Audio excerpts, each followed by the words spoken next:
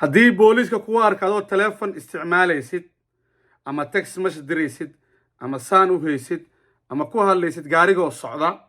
wuu ku istaajinayaa wuxuu ku siinayaa 6 bilood oo warning ah marka kale waa lagu ganaaxayaa waxaan laga yaabaa laysankaaga inaad dhumisid khiyaarta meel walba joogtaan waa salaamantii waa maxamed farax sanad guuro wacan sanadka allaha 2023 nabad noogu bilaabo nabadna noogu dhameeyo amiin amiin governorka Ohio Mike DeWine ayaa talaadadii wuxuu saxiixay sharcigaas oo ugu hortagayo dadka gawaarida wado ayagoo telefoon ku hadlay ama text message sameynay dirayo sharciga sidaan ayuu sheegayaa haddii booliiska uu ku qabto gaarigoo socdo adiga oo telefoonka saan u hayo ama text message diray ama ku hadlayo uu ku istaajinayaa wuuna 6 bilood ayuu ku siinayaa marka xigoo lagu qabto $150 ayaa lagu ganaaxayaa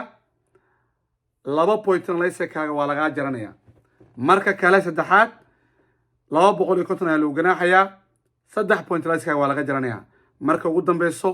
$500 ayaa lagu ganaaxayaa laysankaaga oo dhanna 90 beri ama ilaa 2 sano ayaa suspension laga dhigayaa oo gaari moodi kartid sharciga sidaan weey waxaa exception rule marka oo la ogol yahay markii inaad telefoonka emergency telephone ku wactid 911 oo kale ama booliiska oo kale ama ambulance kuna ku wactid gawaarido socoto adoo gaariga aad wadaysid ama meel stop sign adaa imaadid oo shil dhaco ama jidka oo maraa shil dhaco la wada istaago inaad on ride ama la istaagan yahay inaad mataqaana telefoonka aad isticmaashid waa la ogol yahay waxaa sidoo kale la ogol yahay earphone ama headphone inaad ku hadashid oo telefoonkaaga AirPods aad isticmaashid waa la ogol yahay gaarigoo socda speakerphone waa la ogol yahay GPS telefoonka inaad ka dhigatid waa la ogol yahay inaad mataqaana smartphone-ka inaad swipe garis hal mar waa la ogol yahay intaas oo kale la ogol yahay laakiin haddii lagu qabto adigoo saana gaarigana wado ama xataa sida badan dumarkeena ay sameeyaan oo jalbaabka hoosteeda amarada hoos galiyaan gaariga wado lama ogola ayadana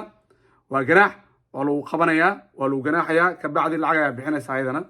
kaliya waxaa la ogol yahay earphone ama AirPods la ogol yahay ama headphone fadlan kaas gata gabdhoy kaas isticmaala waayo booliisku wuxuu ku dhigi karaa intaas kaliya la ogol yahay waayo marar la hoos galiyo ma ogolo inaas dumarkeena u sheega waayo dumarkeena markay badankood gawaarida wadaan waxay hoos galiyaan marada gunaanadkii akhyaarta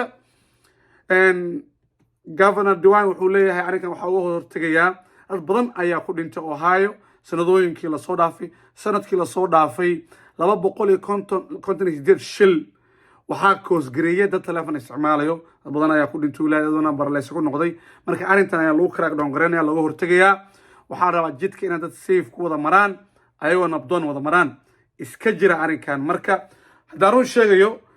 badankeen waan isticmaalnaa anagoo gaariga wadno video la iska duubnaa sawir waa galnaa snapchat waa duubnaa TikTok Facebook YouTube wax walba subnaa social media anagoo isticmaalna telefoon galnaa halisna waa galnaa kale tan waa sameeyaa arrinkan haddaba su'aasheedu waxay weeye